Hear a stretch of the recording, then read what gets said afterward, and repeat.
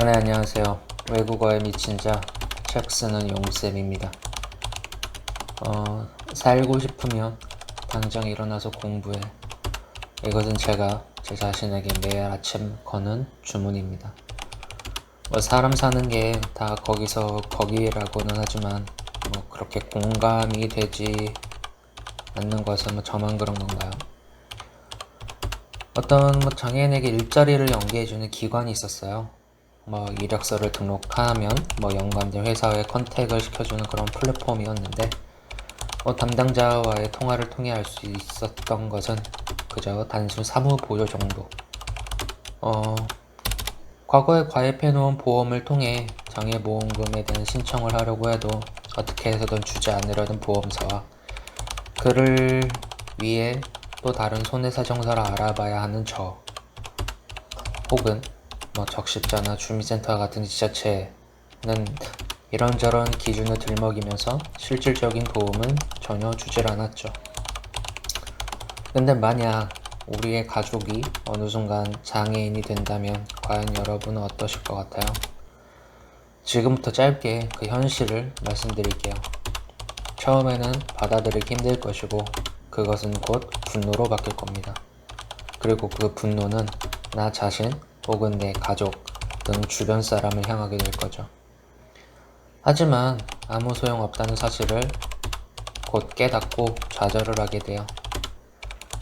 그리고 그 어떤 나뭇가지라도 잡는다는 심정으로 병원이나 지자체에 대한 복지정책, 과학기술 등등 주변에 도움을 청하지만 실질적인 도움을 주는 것은 그 어디에도 없어요. 그들이 저에게 주는 것은 희망이 아니라 언제나 절망뿐이었죠.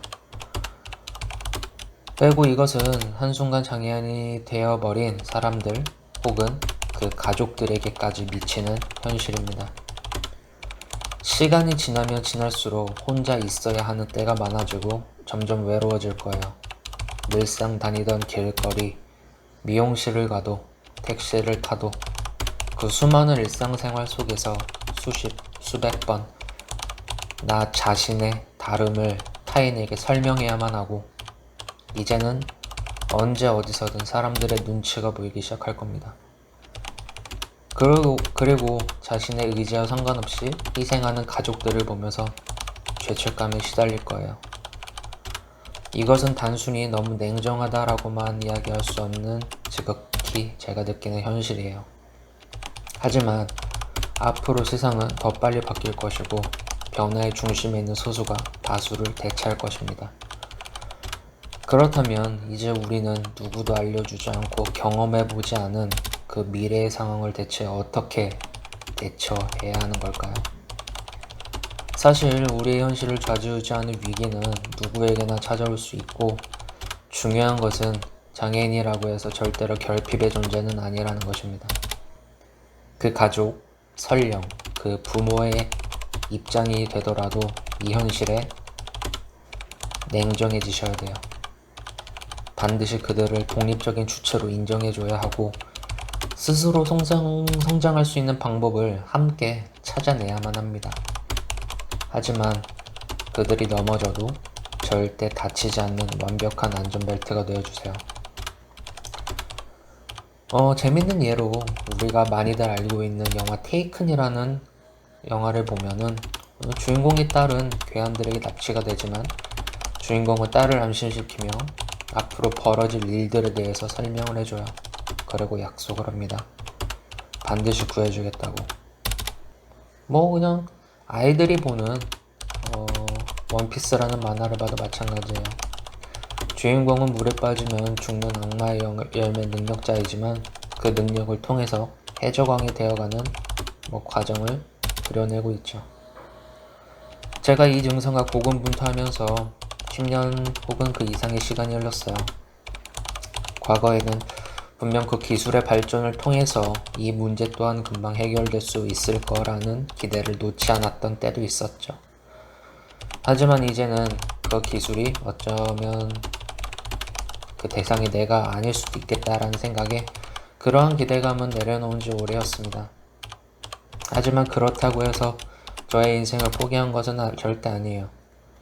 지금 내가 할 수 있는 그 모든 것에 집중을 해야만 했습니다. 그렇지만 누구나 할 수 있는 쉬운 선택을 해서는 안 됐어요.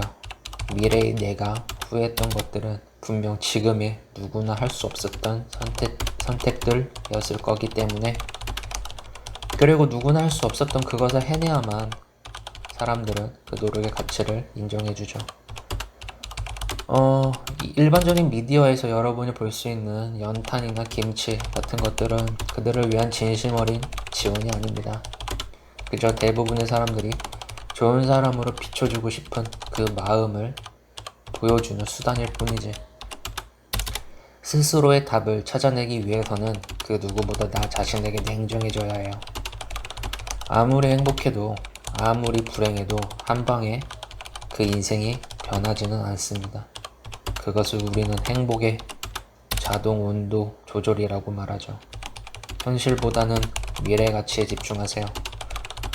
그래서 저는 외국어라는 한눈만 패고 있습니다. 아주 작은 것이라도 성공을 맛보면 자기 효능감이 살아난다고 하더라고요. 그렇게 하나하나 천천히 일어나가다 보면 내 자존감뿐만 아니라 내 주변의 현실적인 상황들도 개선되기 시작하죠.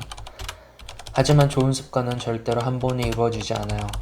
빛나는 성과를 이뤄내기 위해서는 뒤에서 묵묵히 해야만 하는 노력이 절실히 필요하죠.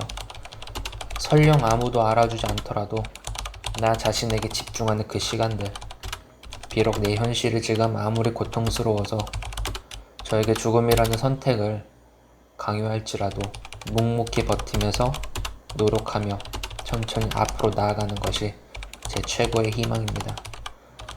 여러분은 지금 무엇을 꿈꾸고 희망하고 계신가요? 세상과 연결되어 있을 때 우리는 그 존재의 의미를 찾을 수 있습니다. 궁극적으로 필요한 것은 세상과의 의미 있는 관계 맺음이에요. 왼손이 없다고 오른손을 쓸 수 없는 것은 아닙니다. 아직 일어나지도 않은 일들에 대해 걱정하기보다는 우리의 몸과 마음의 건강을 위협하는 지루함으로부터 탈출하기 위해서 지금 당장 스스로 집중할 수 있는 무언가를 찾음으로 의미 있는 변화를 위한 시도를 해보시는 건 어떨까요? 대단해서 대단해지는 게 아니라 꾸준했기 때문에 대단해지는 거예요. 이 네 가지만 기억해주세요. 성실, 열정, 실행, 지속. 오늘도 열공하시고 시청해주셔서 감사합니다. 외국어에 미친 자, 책 쓰는 용쌤이었습니다.